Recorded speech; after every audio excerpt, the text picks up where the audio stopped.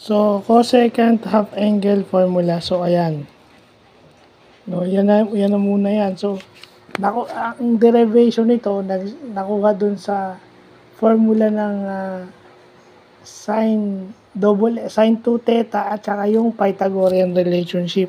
Kung mapapansin nyo yung sa baba, Pythagorean relationship yan, di ba?